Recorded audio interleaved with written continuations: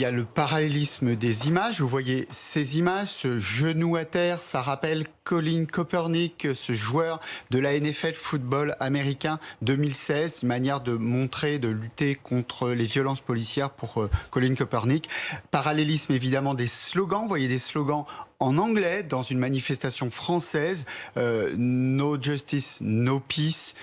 Everybody deserves justice, c'était en France hier avec des slogans en anglais et ça vient faire écho évidemment aux derniers propos de Adama Traoré, je ne peux pas respirer, I can breathe du côté de Floyd. Mais il y a au-delà de ce parallélisme de vraies similitudes en profondeur. La mort d'Adama Traoré, c'est 2016, c'est en plein mouvement Black Lives Matter qui commence en 2013 avec le hashtag Justice for Floyd et le hashtag Justice pour Adama.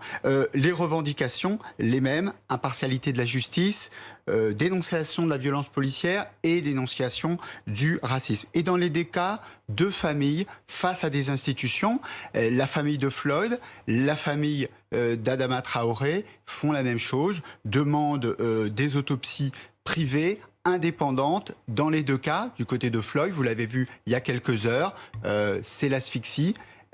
Et non pas ce que disent les autorités, un arrêt cardiaque. Et c'est exactement le même cas dans le cas d'Adama Traoré. Des différences néanmoins. Le plaquage au sol, d'abord, n'est pas autorisé ni à Los Angeles, ni à New York. Les polices ont interdit cela comme étant une pratique qui était trop dangereuse.